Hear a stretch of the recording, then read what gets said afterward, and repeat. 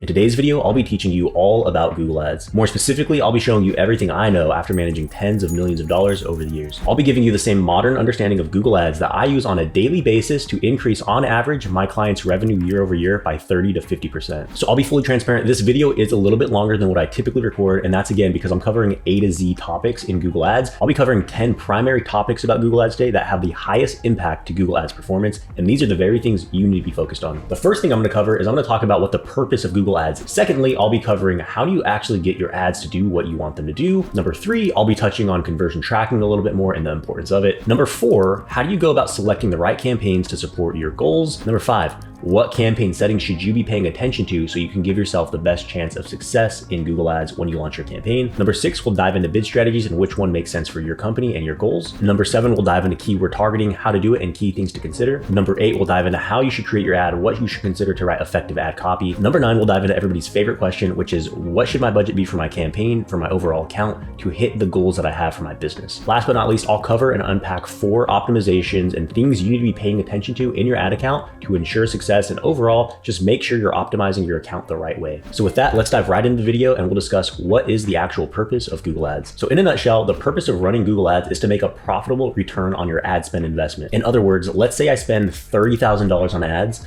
and from the clicks that were generated from that campaign, I end up closing $100,000 in sales. Well, to some degree, that was a profitable return on my ad spend. And over time, the goal is to not only scale how much revenue you can get on Google, but to make it more and more profitable, more and more efficient. And the only reason I'm even stating the obvious on the purpose of Google Ads is because I see a lot of business owners and advertisers miss the point of Google Ads because they're hyper-focused on metrics that don't matter. They are very concerned about how much volume of traffic, how low the cost per clicks are from their Google Ads account. And when you do this, you make the end goal blurrier and blurrier every time you chase a metric like that. The end goal and the end metric you're always looking for is revenue. So to understand how Google Ads even makes this possible, there's really 2 key functions of the platform that allow this to happen. The first function is Google Ads works based on intent. Think of it this way. If someone's typing in roof replacement companies in San Diego or roof replacement contractors San Diego, they're not browsing for fun. They're actually looking for a service, a solution that you provide. So essentially, Google Ads will position your business to a real-time, immediate need from a consumer. And the reason this is beneficial is because platforms like Meta, so Facebook, Instagram, they operate on an outbound strategy, meaning you are just shoving a message in front of their face, hoping they're in the market for what you have to offer, or hoping your ad creative, or hoping your product or service is not only relevant, but compelling enough to actually get them to convert. In Google Ads, you shortcut that process. You're automatically in front of people looking for what it is that you offer. And when that's the case, you're typically going to see a better conversion rate than you would on any other platform. The second key function to Google Ads that not only makes it profitable, but easy to turn a profit in the platform is the fact that you are partnering with AI, and AI is going to do the heavy lifting for you. So let me explain. Advertising platforms as a whole are becoming less and less advertiser focused and more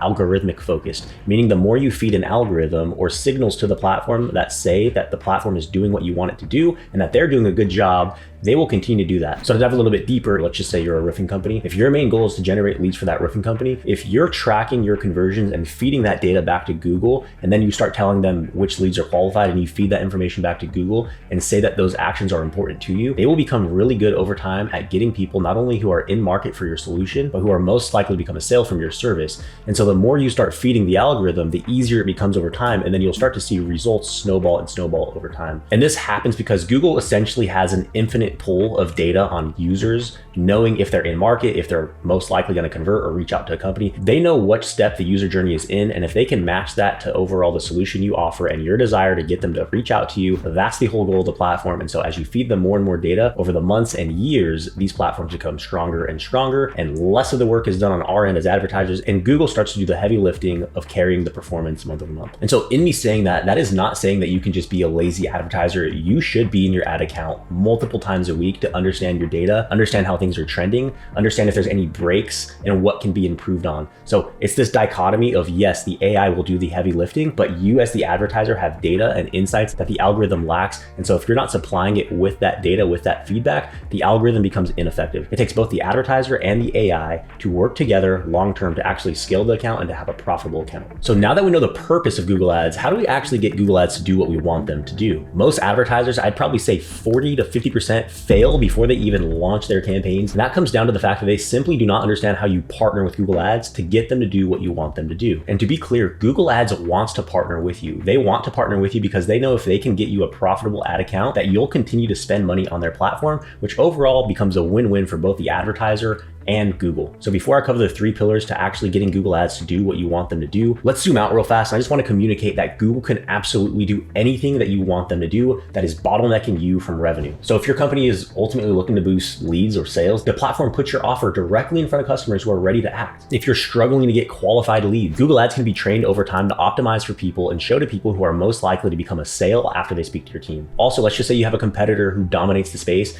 With Google Ads, you can actually leverage the notoriety of their brand name to capture business. That being said, let's dive into key pillar number 1, which is to target effectively. Essentially, this seems like a no-brainer, but when you target effectively, this comes down to targeting your keywords effectively on people who show the most intent of interest in your product or service. And equally important to keyword targeting is going to be adding exclusions on keywords. This is essentially you training the algorithm and discouraging the algorithm from showing up from terms that are not qualified for what it is that you offer, do not even relate to what you offer, or just overall encourage a click from somebody who's too top of funnel. The second key pillar is to set up crystal clear conversion tracking. So I mentioned you can effectively train Google to do anything you want them to do. I already mentioned how AI takes over all the heavy lifting in the future and long term to scale the account. But the way you do that all lies in your conversion tracking. If you have very low quality signals, let's just say you're telling Google that newsletter subscriptions or page views are valuable to you, or you're even just tracking that to begin with, these are going to be things that are very confusing to Google. Because if a sale is important to you, but you're also saying a newsletter subscription is important to you and you're optimizing for both, they're going to go after the one that's easiest and lowest friction to hit. So let's just say a page view. A lot of people make the mistake of tracking a page view. Believe me, it happens a ton. So let's say you have a page view and you have a purchase that you're optimizing for in the same campaign. Well, Google's going to get really good at optimizing for people who just click on the ad but never do anything else versus a purchase. And so over time, Google's going to think they're doing a really good job for you in hopes that you'll continue to advertise on their platform, when in your mind, you're going, I'm not getting any purchases. Well, it comes down to the fact that you've optimized and you're tracking low quality conversions. So number 1 is just to make sure you're actually tracking conversions that hold weight and encourage bottom line revenue. And second, it's making sure your conversion tracking is set up properly for the conversion actions or behaviors on your website that are closely related to someone becoming revenue. And key pillar number 3, it's just to test and optimize. Over time, you're going to want to run small tests to see what's actually working, to see what could be improved on, and then optimize from there. And so this is something a lot of people make the mistake on, is they either test too frequently or they never test at all. So you want to be ideally somewhere in the middle to where you can gather statistical significant data on tests and then use that to improve results. Okay, now that we have a basic understanding of how we actually get Google Ads to do what we want it to do, let's dive into our discussion around conversion tracking more deeply. Now, some of this is actually going to be a slight regurgitation of some of the information I've already covered just one section ago, but that's on purpose. This is not the super sexy and fun side of running Google Ads, but this is the most important factor in your Google Ads account that again will lead to long-term success. So you can have the proper account structure, you can have an amazing product or service, you can have a great website, a great sales team, and none of that matters if your conversion tracking is broken. And so the 2 biggest errors I see in ad accounts when it comes to accurately setting up conversion tracking is 2 sides of the spectrum. One, which I've mentioned already, is you're optimizing for things that are very low quality. So think of newsletter subscriptions or page views, button clicks, things of that nature. Those are not going to cut it. Those are very low quality. Google's going to get great at doing them, and they're likely going to produce very little to no revenue. Or on the other end of the spectrum, you are double counting conversions. And so what I often see is people will set up conversions using Google Tag Manager, using Google Analytics imported conversions, and then also just using the G tag. And so if you have double or triple attributed conversions, that means one person drove 3 lead form submissions. It's completely false, but a lot of people don't get this data and insight because they had no knowledge or recollection of how the conversion tracking was set up. And now they've just overinflated their data. And this is why a lot of business owners do not trust their Google Ads data, because when they look at the CRM, their source of truth, they actually see 50 leads that were generated for their entire month.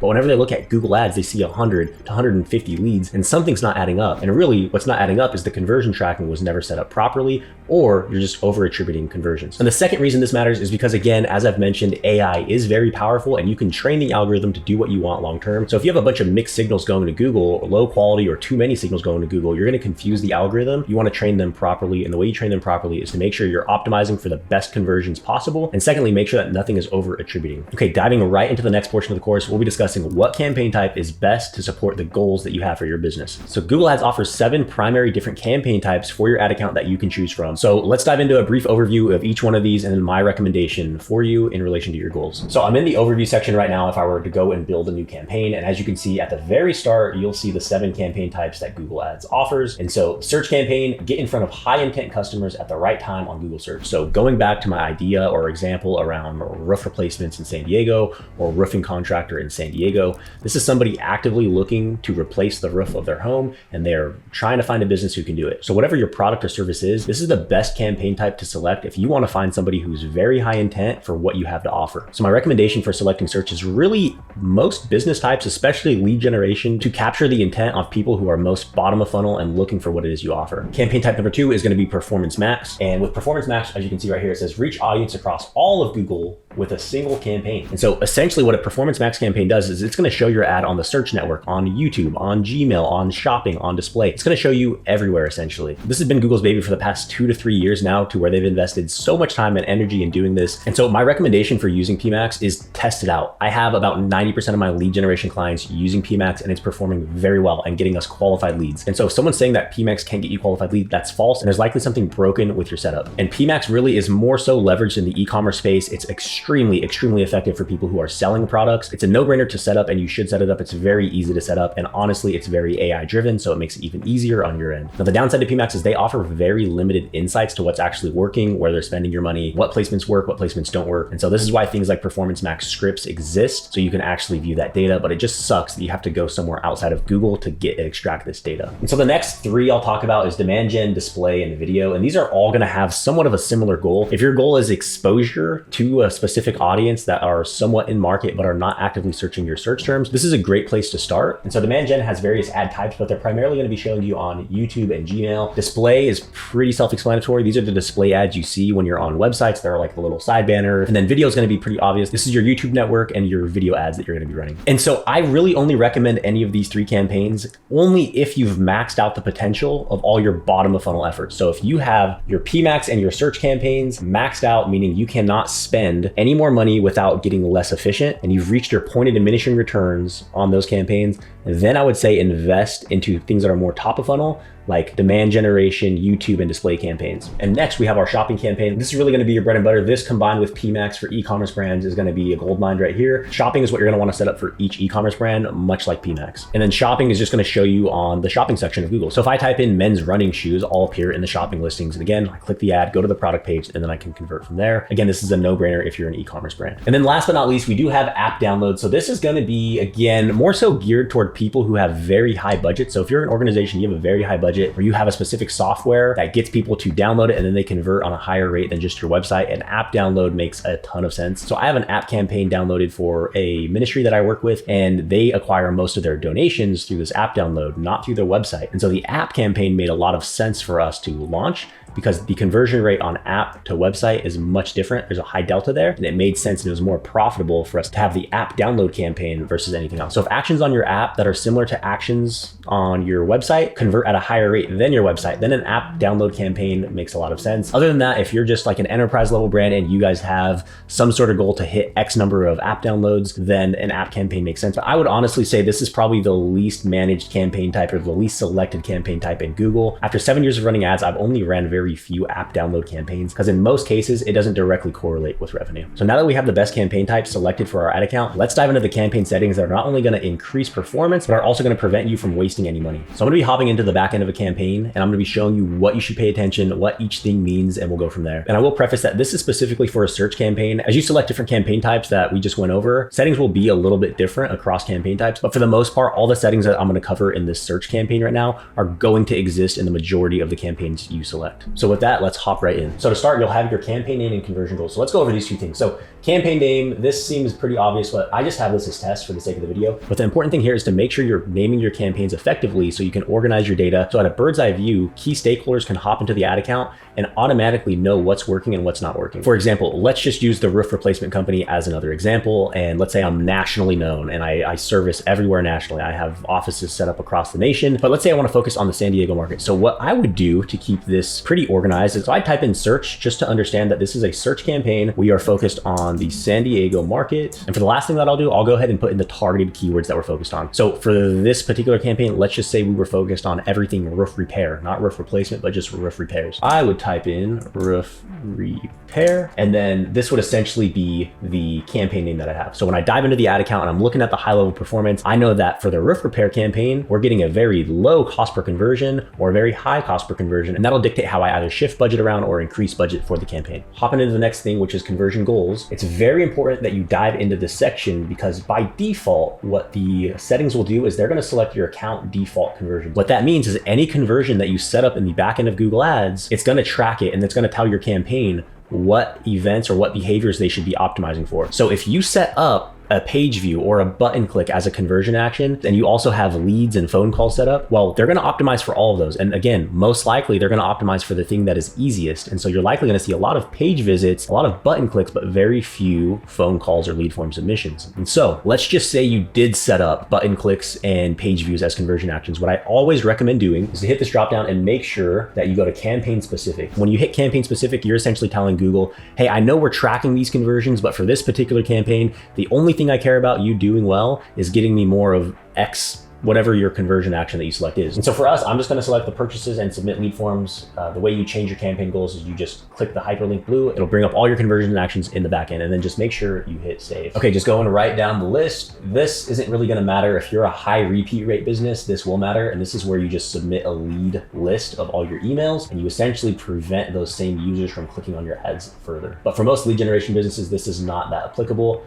Marketing objective selected, I typically just select leads. This doesn't do too much. It has zero influence on actually getting the algorithm to perform. Again, that's going to come down to your conversion goals. But for this sake, our goal is leads. So I'm just going to select it because Google often will offer more settings based on our campaign objective. Campaign status, this is obvious, but if when you're ready to turn this on, you just enable it, pause it, or you can even remove the campaign. So hopping down to networks, this is where a lot of people waste money. And so the whole reason that these search campaigns are effective is because they capture intent. So as you can see here, Google offers you on the search network. This means somebody has to type in a keyword to trigger your ad. And so Google Search Partners is essentially just other websites and domains that Google Ads owns that are not directly on the Google search. You can select this or deselect this. Either way, they have to type in the keyword to first go to your landing page to see your ad and then go to your landing page. This is already, display is going to be pre-selected anytime you build a campaign. And so when display is pre-selected and you just miss that and you launch your campaign, well, now you have a search campaign with high intent, and then you have display also that Google's able to show for. And display has zero intent. They just look for people who they think are likely to convert, but they may not convert, and they're likely not going to convert because they have no effective intent baked into what you offer. So those ads that you see on the side of websites, that's going to be your ad for this campaign. It's going to be mixed in with search,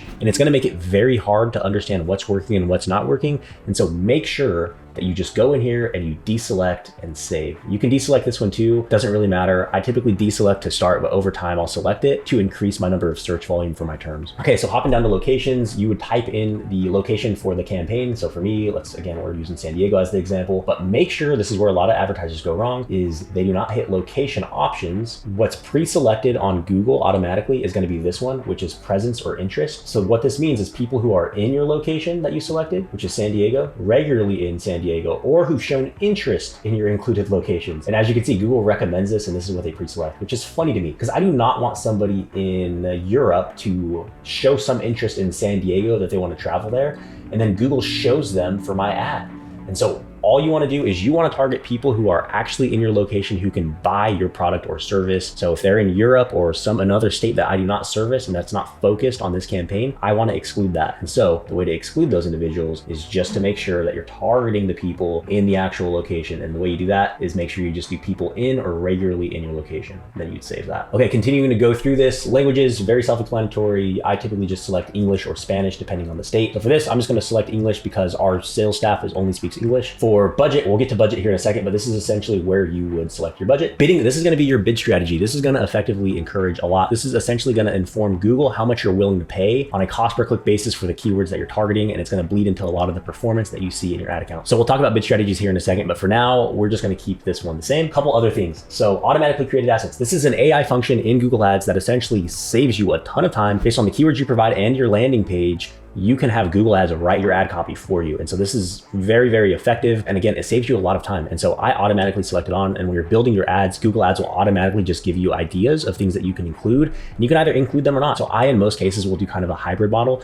Well, I'll turn it on, and based on what they recommend and then serve me in my ad copy, I'll either include it or exclude it, or I'll just tweak it a little bit. And so this is really effective, and they're actually getting better and better at doing this. And then I'll just save this. Year of your campaign start and end date. So unless you plan on turning this campaign off. So let's just say this campaign was a specific promotional campaign and I was only running a promo on roof repairs for the month of January, then maybe it makes sense to actually select an end date. But in most cases, the campaigns that I launch are evergreen, meaning they're gonna run all year round, or they can run all year round as long as they're doing good. So I'm gonna select a start and end date. Now this is a pretty sneaky function in Google Ads on the settings. And so this is what I mean. You can either save money or you'll waste money. So I've already mentioned a few things that'll waste you money, but here's another idea. Google automatically will select this broad match keywords function to be on. And essentially when you have broad match keywords on, all it does anytime you add a keyword to your campaign is it makes it broad. And if you try to change it to phrase or exact, it just removes the phrase and exact and it ignores it, and it'll just stay broad. So if you don't want that to happen and you intend on testing match types in your ad account, make sure this is off, which I heavily recommend that you test match types and don't just go broad immediately. Because even if this is off,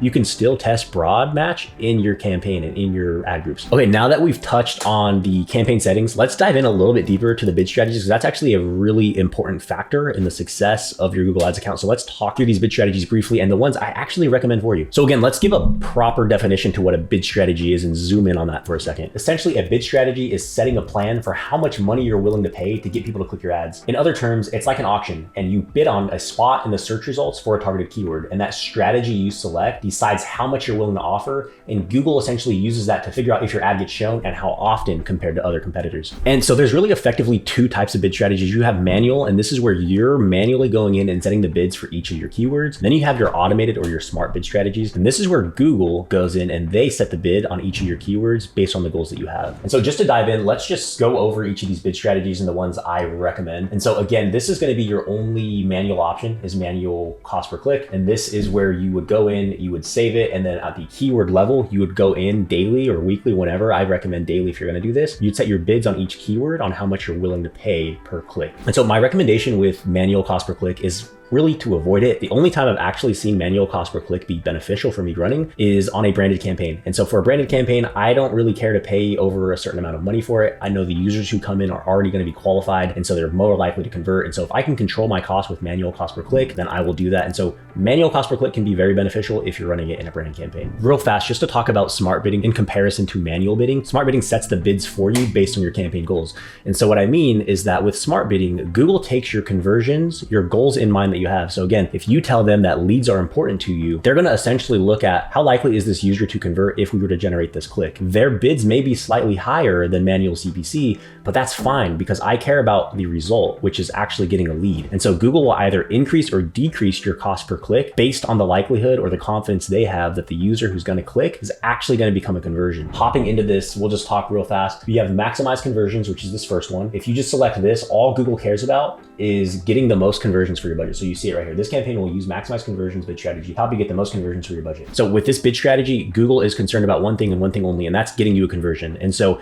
this bid strategy can be effective, but only if you have existing conversion data. And actually zoom out for a second, smart bidding can be extremely effective, and it's what I recommend over manual, but it's only effective if you have at least 30 conversions a month for your targeted action coming in, because that's essentially the threshold that Google needs to use smart bidding well. With maximize conversions, I tend to see this one be a little bit more from a cost per click standpoint. They can bid very, very aggressively, but they're typically the best at getting you high quality clicks. And then if we want to hop into another bid strategy, this is target cost per acquisition, TCPA. And this is essentially where you give Google a goal. You say, hey, I want you to get me a lead within $120. And so what Google will do is they will make sure they're bidding effectively and appropriately to encourage this end result. And so they're still going to be connected to conversion actions, and everything they do is going to be based on their likelihood and confidence that somebody's going to be a conversion, but they just want to make sure they set bids effectively so they can get somebody to convert within $120 of your goal, right? Which is what you have set. And so this is a very, very effective bid strategy for lead generation companies, because if you know that you need a lead at a specific cost to overall be profitable based on your sales team's close rate of those leads, and this is a really easy way to set your target cost per acquisition goal. And so a couple things here, because it's going to exist not only for target cost per acquisition, but your target ROAS bid strategy as well, is do not be ridiculous. Like I've seen advertisers go in and select a $10 cost per acquisition when the average cost per click for their targeted keywords is $7. Google's not even going to spend your budget because they're going to go, hey, we can't get you a lead in $10. So make sure you're selecting something that's relatively realistic. And then over time, you can start to taper it down to see what your point of diminishing returns is. And when I say point of diminishing returns for your bid strategy, all I mean is how much daily budget can I spend? So let's say I'm able to spend $500 and Google is able to get me $120 cost per lead. And then let's say over time, I trim it to $110. Google's still spending $500 a day, but they're getting $110 cost per lead now. So my cost per lead went down, which is great. And I did that by essentially just decreasing my cost per acquisition goal. Well, let's say the second I go to $100, Google's now getting me $100 cost per acquisition, but they're only able to spend $400 a day. Well, now I have to determine, is volume more important or is the efficiency more important to me? So that's a decision you'd have to make. And then hopping over to conversion value and your target ROAS bid strategies. Conversion value is concerned about one thing and one thing only, and that's getting you a maximum conversion value based on your investment. This is extremely effective for e-commerce brands. So let's say you have 50 products, you have products ranging from $10 to $250. Google's likely going to prioritize the clicks from people who are clicking on the $250 product versus the $10 product. And so they're only concerned about getting you the max volume of conversion value, which is beneficial because that's ultimately going to lead to a better ROAS in your ad account. I've seen this be very, very effective with e-commerce brands and with even lead generation accounts. And then if you want to change this to be a target ROAS bid strategy, all you'll do is you'll select this. And similar to what I had just went over about target cost per acquisition, you'll understand if you're being too aggressive. Like if I set this to 1,000%, Google's likely not going to spend any of my money because it's just too aggressive and they can't set bids appropriately enough to actually get you that result or anywhere near it. So it's better to start at your point of break even or even your ideal goal. So let's say your ideal ROAS goal is 300%, then start there. Or what you can do is if you have existing data in the ad account, see what you've been getting. If you've been using a maximized conversion strategy and Google's been getting you a 350%, start at maybe 370% for your goal and see if Google can actually do that. And then continue to increase until you find your point of diminishing returns. And so there's more bid strategies, of course, but these are the main ones that I typically run and consider and that are the most effective. The other one right here is target search impression share. And this one is really effective as well for branded search. This is an easy way to automate your bid strategy, but also to prioritize visibility on your brand name at a controlled cost. And so with bid strategies, last thing I want to cover is just some of the common mistakes I see when people select the bid strategies. So hopping into mistake number one people make is optimizing for clicks over the quality of those clicks. And so a lot of people, again, they get fixed up in how cheap is my cost per click on Google Ads when that's not actually what matters. I see a very real correlation in my Google Ads accounts where the more expensive the click is, the higher the conversion rate. I'm okay with paying a higher cost per click with my bid strategy if it's going to yield a better result. Mistake number two is people never test different bid strategies. And so it's a big deal to just test a new bid strategy. I get that. But if you are so fixed on maximized conversions or even your target ROAS or target CPA bid strategies that you never test anything else, then you'll never know if what you're doing is the most effective and profitable for your company. The next mistake people make with bid strategies is they just test way too frequently. And so it's the other end of the spectrum with never testing, you test way too much. And when you test too often or too quickly, you never actually give each bid strategy time it needs to prove itself that it's effective. And so you never are able to actually see its true potential because you're testing it every 2 weeks or changing it and saying, hey, it's not good or it is good. And you're only judging it on a limited amount of data. And so my recommendation here is if you launch a new bid strategy, test it for 3 to 4 weeks before you just test a new one. And then the last mistake people make is they never adjust their target ROAS or their TCPA goal. And when you do this, you limit yourself. Again, there's opportunity for you to get a lower cost per lead or a higher ROAS in your ad account. But if you leave your target CPA goal as what it always is, from the start of your campaign's existence, it will stay there. And Google will think you're happy and they'll continue being okay with leaving your CPCs at a certain limit as long as it gets you a certain cost per lead. So a way to encourage more efficiency or a lower cost per lead is simply to slightly decrease your CPA goal over time. Okay, let's shift gears a little bit and talk about another really important component to Google Ads, particularly search campaigns, which is going to be your keyword targeting. Okay, so let's dive into actually how you're going to go about doing your keyword targeting. So let's go to a Google Ads account, and then what you'll do is you're going to go to tools, you'll go to plan planning, and then keyword planner. And then from there, you're gonna go to discover new keywords. And for the sake of this video, let's just use women's jeans. Women's jeans. I'm gonna make sure I'm in the United States, so this is where I wanna target. And you can also select your website, but based on how I wanna go about structuring my ad groups, I want them to have one specific theme. So I'm just gonna select women's jeans for this. Let's see what they give me. So for women's jeans, what they give me, as you can see, here's my initial idea. I gave the platform, and they give you your search volume, they give you the growth on this term, and then they give you your average top and low page bids that you can expect to pay. So all I'm really concerned about right now is this term. I wanna see how much search volume are generated from these guys. And so if I were looking at this, I can target women's jeans. I'm just gonna try to find like maybe 5 to 8 keywords that I can target in my ad group. So let's dive in. We have women's jeans, maternity jeans, wide leg jeans, baggy jeans. So for these, again, I only want to target things that have women's. Wide leg jeans, there can be men's wide leg jeans. So what I'd likely do is I'd probably put women's in front of this. I'd probably put women's in front of baggy jeans. I'd probably put women's flare leggings, women's black jeans, things of that nature. So this will give me a good example. And this is how I effectively do my keyword research to see which keywords are not only the highest in competition, have the highest search volume, so I can understand and gauge from a cost per click standpoint what I can expect to pay for that keyword. And so all I'm gonna do right now, I'm gonna just take some of these keywords, I'm gonna put them into an ad group, and then I'll explain how to not only structure ad group, but what match types to actually select for your keywords. Okay, so I'm in the ad account and I've actually uploaded the keywords already, and I'll explain how I uploaded them, why I uploaded them, and the match types around them. So for the keywords I selected, I actually have 8 keywords in here. As you can see, it says 16, and the reason why is because I have 2 match types in here. I have both phrase and exact. And so let's talk about this for a second. The way that you're gonna wanna structure your ad account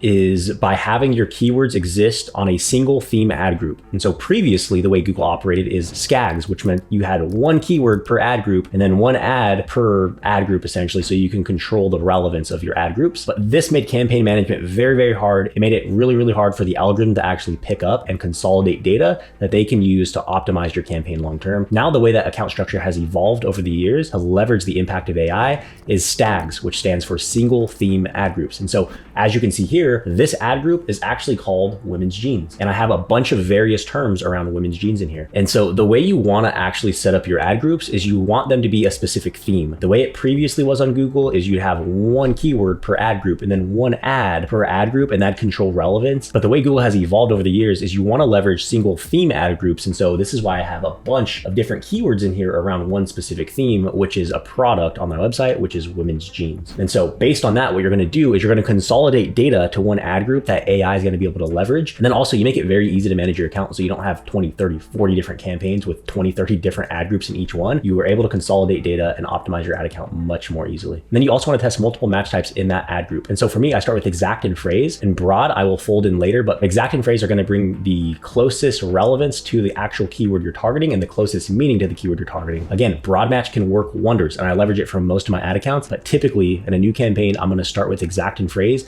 and graduate to broad match. And then the reason I only select 8 keywords to start, it all comes down to the budget that I have for my overall campaign, as well as the search volume. I do not have a desire to target 100 keywords and to have each of them get very limited data, because when they get very limited data on each one of them, Google can't optimize and I can't optimize because I have very low insights into what is working. So start with fewer keywords. Less is definitely more in that regard when you're starting out. And then after some time, you'll be able to either turn off keywords that are underperforming and replace them, or just hyper focus on a specific like 5 keywords with a couple different match types. That is my recommendation when you're actually setting up your ad account, when you're targeting match types, and how you go about doing your keyword research. Now that we have the right keywords to target, let's discuss how to go about creating your ads and the top things to consider. Now, the number 1 metric I actually look at to understand if I'm writing my ad copy effectively is going to be my click-through rate. And so why is it? Why click-through rate and not conversions or not conversion rate and things of that nature? And the simple answer is the ad does not convert the user. The ad gets the user to click based on the keyword that they typed in. So if my click-through rate is high, meaning this is the rate at which my ad is shown and being clicked on, it means that my ad copy is not only relevant to what the user is searching, but is also engaging enough and enticing enough for them to click to go to my landing page. The landing page is what's going to dictate the conversion rate, or the conversions that are actually going to be attributed to that specific ad. So let's unpack 2 things that are going to contribute to writing an effective ad. Number 1, it's going to be your relevance to the keywords in your single theme ad group. And so if I have a single theme ad group for, let's just use the roofing example, I'll keep bouncing back to that idea, but let's say I have an ad group for roofing contractor or roof repair in San Diego, right? And I have a bunch of keywords that are variations of that in my single theme ad group. Well, essentially my ad should say this in a bunch of different ways. And so I should maybe have the name of my business, what I do, and where I do it. And so let's just say we're using the example of the roof repairs. Actually, let's say we have roof repairs in San Diego, roof repair company San Diego as our keywords that we're targeting. Well, the ad should have something that says ABC Roofing, top rated in San Diego, over 10,000 repairs completed, something of that nature. And now the user has what? They have my brand name, they have what I do and where I do it, and they have why they should choose me. If I have over 10,000 repairs in San Diego, that makes me seem more credible. So number one is making sure that your ad copy is actually relevant and speaks to what the user is searching. If my keyword, and I'm somebody typing in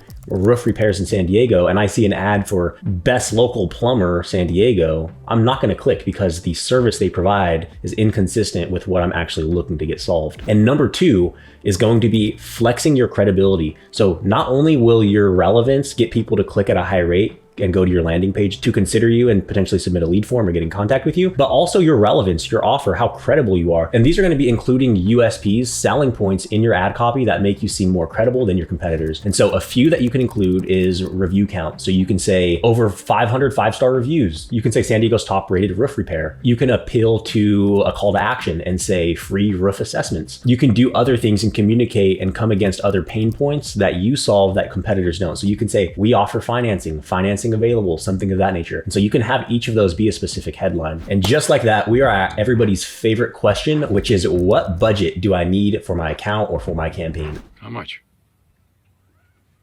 100,000. Let's unpack this a bit more and we'll discuss how you go about effectively scaling your campaigns, what your initial campaign budget should be set at, and then overall, how do you determine for the year what your campaign or your budget needs to be on a yearly or a monthly basis to encourage or get the revenue result that you're actually looking for. Okay, so when it comes to scaling your ad account, let's say you have a profitable campaign, it's doing well, Google's saying you can still capture more visibility for that campaign, meaning there's still conversions out there that you're not capturing, and the limiting factor is your budget. Well, if this is the case, the best practice to increasing your budget week over week is going to be 20 to 30% max week over week. I see most people just simply double or triple the budget thinking that they're going to capture the rest of that visibility. That's not how it works. You may increase your visibility, but your results are going to tank. So if you like the efficiency and the ROAS, the cost per leads that you're getting at your current spend, only scale 20 to 30%. It's going to allow you to scale and maintain your same level of cost per lead or your same ROAS. When you simply double the budget, this freaks the smart bidding out and they're going to spend irresponsibly. They're going to, of course, want that spend. So they'll spend it. They'll figure out a way to spend it. It's just not going to be as efficient. And so when you go up in these 20 to 30% increments, I find that smart bidding remains effective. You spend and you'll scale your conversions all while maintaining your same level or around your same level from a cost per conversion standpoint. The second question is, what should my starting campaign budget be? And so my general rule of thumb is aiming for 15 to 20 clicks a day. This will give you about 140 clicks a week of data that you can go off of. The challenge here is you don't want to limit your data so much to where neither you or the algorithm can progress and ever start to leverage the data that they have to become more and more effective for your ad account. With 15 to 20 clicks a day, this is effectively going to give you the ability to actually see what Google is spending on, what your consumers are actually spending on, and what's working and what's not working. And also it's going to give Google that feedback loop as well. So let's say you've went through and you've done your keyword research, and on average, you have ballparked your cost per click to be about $7.50. Or from historical campaigns, you see your average cost per click be about $7.50. So all I'll do is I'll say, hey, I know my average cost per click will be around this, right? So these are going to be viability metrics. This is not going to be 100% exact. The idea is to get you ballpark where you should be. There's never going to be the perfect budget. The idea is just you want sufficient data so over time you can optimize, and then you can also optimize quickly because you can get 140 clicks. It's just on a weekly standpoint versus a monthly standpoint, you're going to be able to do and leverage that data a lot more effectively and a lot more quickly. Okay, so hopping back to the math, $7.50 cost per click. And if I need 20 clicks a day, that is going to be $150 a day. And if I have 7 days in a week, that would be $1,050 a week that I should spend, and 4 weeks in a month. That's $4,200 for my monthly budget that I can expect to spend on this campaign to, again, encourage a sufficient enough amount of data to come into your ad account so you can optimize effectively. And then last but not least, how do you actually go about determining what your overall account budget should be to hit the goals, the revenue goals that you have for your business? How do you do this? Well, again, this is going to be a viability exercise that we walk through to get you ballpark numbers. So let's say I have a revenue goal of $100,000 for the month. And let's say each one of my sales is worth $1,000. So I need 100 sales to happen. So how many leads do I need to get me 100 sales? And so this is where you can actually dive in and you can see your close rate from Google Ads leads to close. And if you don't have Google Ads data, just look holistically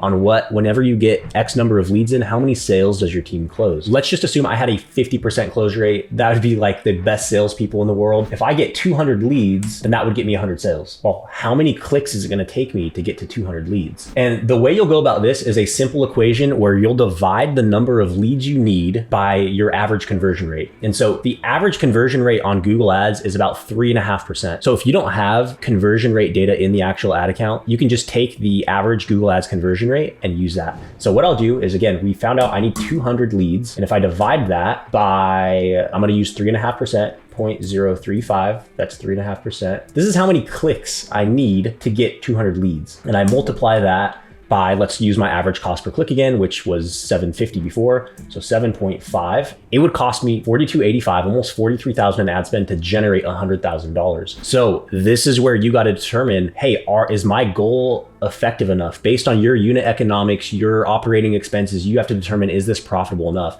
Because right now, let's do 100 grand divided by $42,855.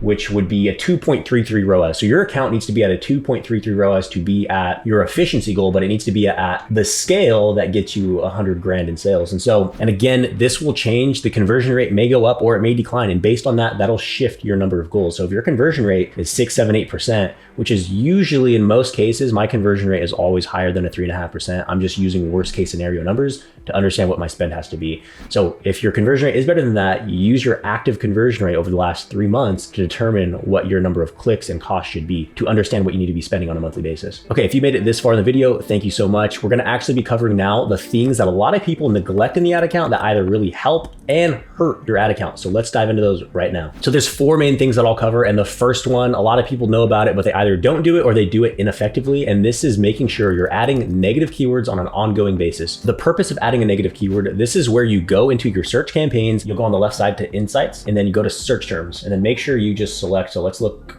last month, for example. And then as you can see, I already have some that are excluded here. I've excluded a decent amount, but you can filter by clicks and your cost or conversions. And in general, what you're going to want to do is you're going to want to view these. The search terms is essentially anything that somebody's actually, the exact phrase that someone's typing into Google that's triggering your ad. And then you can look at the keyword that's actually contributing to that phrase being triggered. And so you can start to determine, well, what keywords are actually triggering the best performing search terms from users and which ones are doing the worst. Before you find that out, you can actually just start to exclude things on a one-off approach. You would go in here, and then you could add as a negative keyword, which is fine. And so this process is gonna do 2 things. One, you're gonna be training Google to optimize for things that are more closely aligned with what it is that you sell or offer, or overall just want people to be searching for. So that's primary benefit number 1. Number 2, you're just gonna stop wasting money immediately. You're going to tell Google, hey, stop showing me for these terms. People who make this search and click on my ad, they never convert. So just stop showing me for it. Make sure you're going in and adding those negative keywords. Number 2, the thing you're going to want to focus on is your ad schedule. And so this is something a lot of people neglect. And to be fair, AI has solved for a lot of this. They kind of know the best time to preserve or to serve your budget and your ads, but still with a lot of lead generation companies, they make the mistake of running Monday to Sunday. They don't have any function on their sales team to solve and speak to leads on Saturday and Sunday that come in. And so by the time somebody submits a lead on Saturday and then Monday comes by and the sales team reaches back out to them, the lead is super cold. Who are you? They're not even interested anymore. They found somebody else to give them a free quote, a free growth assessment, whatever it is that you sell. Make sure that your ads are only showing on times whenever your sales team or your team in general, you're able to fulfill an order or fulfill a service that the user is actively looking for. If you don't, you're essentially just going to waste all the ad spend from Saturday and Sunday. So ad scheduling is a huge piece. Make sure you consider those things. You can also increase spend on certain days that perform better than others. And so if you notice Monday, people are booking a lot more roof replacements from your ad account than Fridays, then you'll probably want to spend more on Mondays. And so this type of knowledge and refinement is going to overall make sure that you're spending your budget more effectively. The third thing you're going to want to do is make sure you're adding your UTM parameters. You can do this a few different ways. You can submit your UTM parameters on the campaign, the ad level, or my favorite is just the account level. A UTM parameter is a small snippet of code at the end of your URL that you send traffic to. And all it does is it tracks certain parameters that are related to that click. So it'll tell you if Jane Doe converts from campaign 1, it'll tell you what campaign Jane Doe has just converted on. It'll tell you the keyword that triggered the search, the ad that they actually clicked on, et cetera, et cetera. And so this is very helpful information because when you actually look at the UTM parameters, what this will do is it'll actually let you know what campaigns are most effective at generating revenue. Because what you'll do is you'll look at lead statuses that made it to all the way to opportunities or even closed won sales. And you'll say, hey, what's the common denominator? I see that campaign number 2 generates the most leads in Google Ads, but I see based on my UTM parameters that campaign number 1 actually gets the most sales. And so therefore it's more profitable. And so this will influence how you view your data if you have UTM parameters and you're pushing that type of data into your CRM. And so to find the UTM parameters, again, a couple different ways. You can go to your campaign, you can go to settings, and then you can go to additional settings and you can do campaign URL right here. If you want to use it at the campaign level, you put it right here. For this account, I am using them at the account level. So all I would do is I go to admin, and then here, all you'll want to do is you go to tracking, and I have a tracking template in here. And so you can do that. And what this is going to tell us is the campaign ID it came from, keyword, ad group that it came from, et cetera, et cetera. And so you'll want to make sure that you're adding in your UTM parameters. They have tons of free templates that you can use to build a UTM parameter,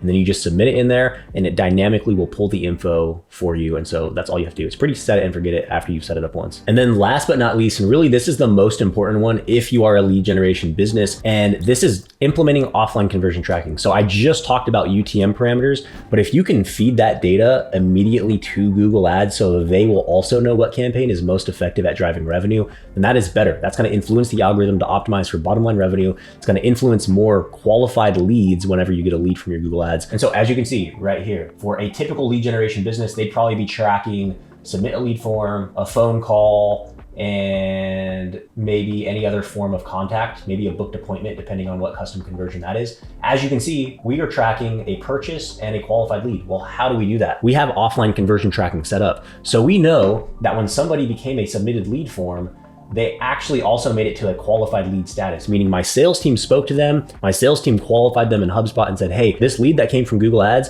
was in fact qualified. They're looking for the service or the product that we have to offer. And then ultimately we're able to track the revenue and the actual purchase that was generated from it. And we can actually zoom into the revenue, the conversion value that was attributed to that specific purchase. And so if you are not implementing your offline conversion tracking, make sure you do this. This is effectively how you scale your ad account and how you train the algorithm to optimize for things that are most valuable that typically happen offline with your sales team. Okay, thank you guys so much for watching this video. And if you're feeling overwhelmed, completely understand, that's normal. I kind of just opened the fire hose on you guys and gave you a bunch of information. But again, these are the same tactics, the same things that I focus on, which seem very foundational, that overall drive impact for ad accounts. And it is foundational. These are basic things that overall have evolved in ad accounts that are different from years ago. They seem basic, but these are the things that actually drive performance in ad accounts. Feel free, save this video, reference it whenever you need it, and don't forget to share it with other Google Ads marketers or even business owners who can benefit from this. And if you're looking to improve your Google Ads performance or want me to run it or give you a free ad account audit, hit the link in the description and I'll be happy to do so. Otherwise, click above to watch some of my other recent Google Ads videos, and don't forget to subscribe for other tips and videos like this.